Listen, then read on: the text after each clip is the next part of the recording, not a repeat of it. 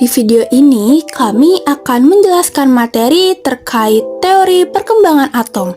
Nah, kalian tahu nggak sih, siapa sih orang yang menemukan atom? Jadi, begini teman-teman. Dalam catatan sejarah, teori atom termasuk salah satu teori tertua yang muncul dan ditemukan di dunia. Teori ini kemudian dikembangkan menjadi lebih kompleks dan menjadi salah satu dasar pengetahuan yang cukup penting, terutama dalam dunia sains. Perkembangan atom pertama kali diungkapkan oleh dua orang ahli filsafat Yunani kuno, yaitu Leucippus dan Demokritus, sekitar 450 tahun sebelum Masehi. Mereka mengatakan bahwa setiap semua materi disusun oleh partikel-partikel yang sangat kecil dan tidak dapat dibagi-bagi. Jadi, atom berasal dari bahasa Yunani, yaitu atomos, yang berarti tidak dapat dibagi atau indivisible. Teori atom akhirnya mengalami beberapa perkembangan yang cukup signifikan. Ini karena banyaknya ilmuwan yang melakukan eksperimen untuk menyempurnakan teori yang sudah ada sebelumnya.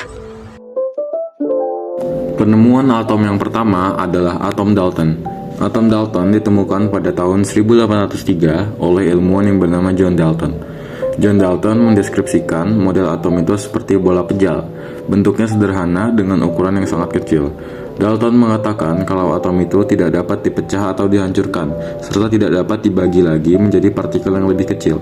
Atom juga tidak dapat diciptakan atau tidak dapat dimusnahkan.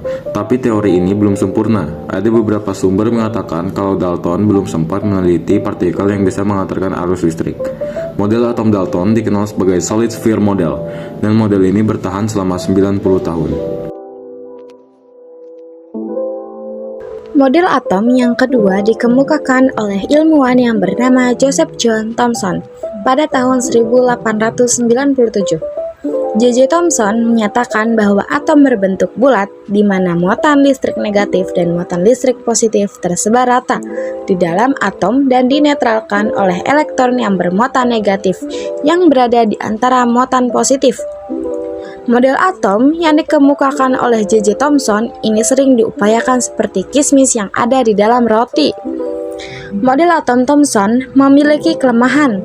Teori ini tidak mampu menjelaskan susunan muatan negatif dan positif yang dimiliki oleh atom. Model atom Thomson dikenal dengan nama plum pudding model atau model atom roti kismis, dan model ini bertahan selama 7 tahun.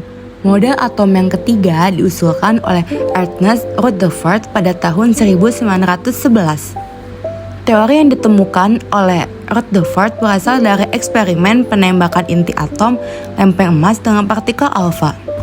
Partikel alfa adalah partikel yang bermuatan positif, lurus, dan berdaya tembus besar sehingga dapat menembus lembaran setipis kertas.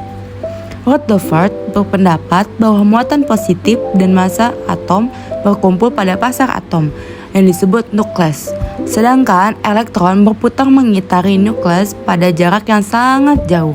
Dan kata lain, sebagai besar ruang dalam atom adalah ruang kosong.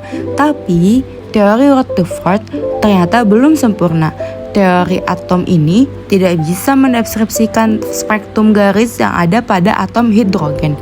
Nah, model atom Rutherford dikenal sebagai nukleus model. Model ini bertahan selama 2 tahun. Selanjutnya, model atom yang keempat diusulkan oleh Niels Bohr pada tahun 1913. Menurut Bohr, elektron berputar mengelilingi nukleus pada lintasan tertentu tanpa kehilangan energi sama sekali, yang disebut sebagai lintasan stasioner, sehingga elektron dapat berputar selamanya pada lintasan ini. Elektron dapat berpindah ke lintasan stasioner yang lain dengan menyerap atau melepaskan foton. Model atom Bohr juga dikenal sebagai planetary model, dapat menjelaskan fenomena spektrum garis pada gas hidrogen dengan sangat tepat. Model atom yang kelima diusulkan oleh Erwin Schrödinger pada tahun 1926. Menurut Schrödinger, Elektron tidak berputar dalam bentuk lintasan pasti, akan tetapi dalam bentuk gelombang sehingga tidak mungkin mengetahui lokasi dari elektron secara pasti, hanya kebolehjadiannya saja. Kemungkinan lokasi ini berupa awan yang disebut sebagai orbital. Model atom ini dikenal sebagai quantum model, dapat menjelaskan sebagian besar fenomena kimia dan fisika molekular hingga saat ini, seperti efek Zeeman, ikatan atom, bentuk molekul, dan lain sebagainya. Berikut merupakan kesimpulan dari teori perkembangan atom. Dari teori atom Dalton, hanya berupa bola pejal dan tanpa ada muatan. Kemudian, model atom Thomson sudah memiliki muatan elektron dan sudah tersebar secara merata seperti roti kismis. Kemudian, model atom Rutherford sudah mulai menemukan inti atom dan elektron yang bergerak mengelilingi inti atom. Selanjutnya, model atom Bohr, elektron bergerak pada kulit lintasan tertentu.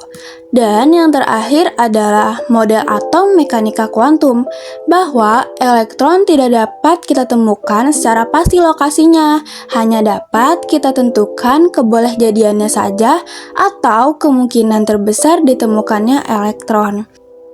Nah, itu dia materi tentang teori perkembangan atom. Semoga video ini dapat bermanfaat bagi kita semua ya. Dan terima kasih sudah menonton video ini.